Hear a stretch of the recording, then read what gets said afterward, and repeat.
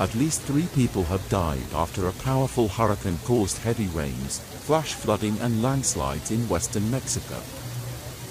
Roslyn, a Category 3 hurricane, came ashore on Mexico's Pacific shore with maximum winds of 195 kilometers per hour, 120 miles per hour.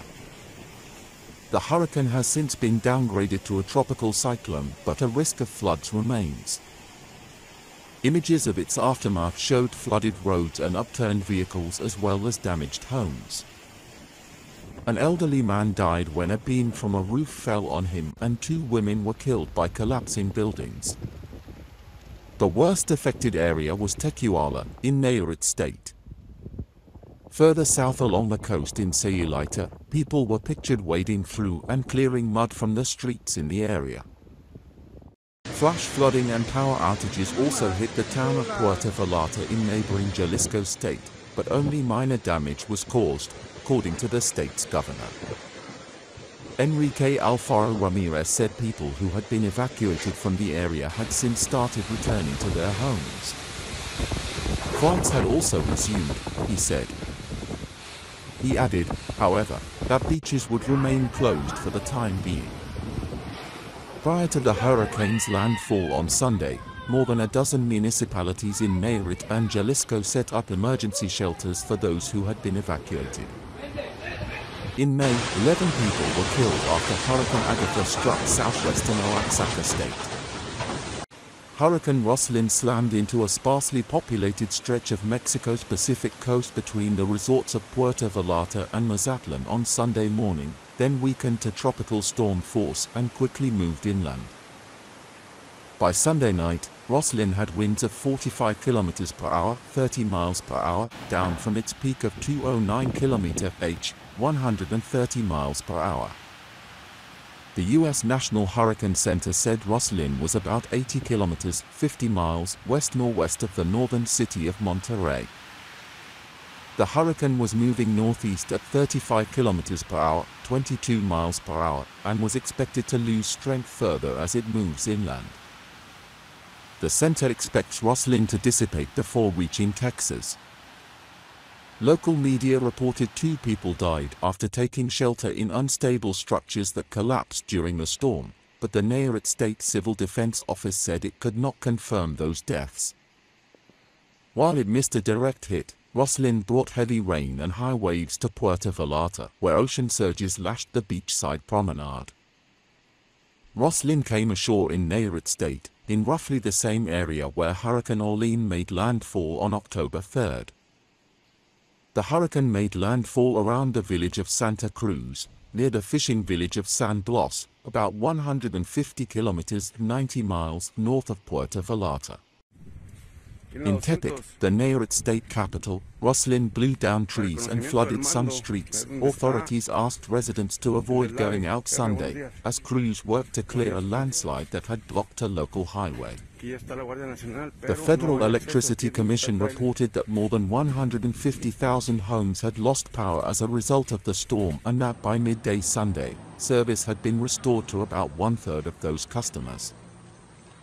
Meanwhile, beachside eateries in Puerto Vallarta where tourists had lunched unconcerned Saturday were abandoned Sunday morning, and at some, the waves had carried away railings and small thatched structures that normally keep the sun off diners.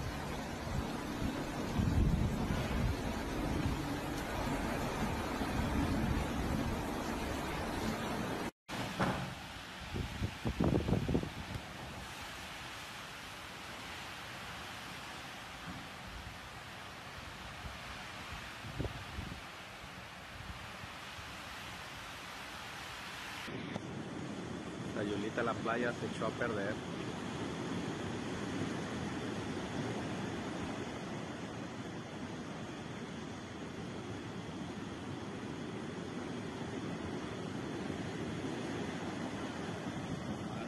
Imagínense, el poderío sacó este árbol, troncón.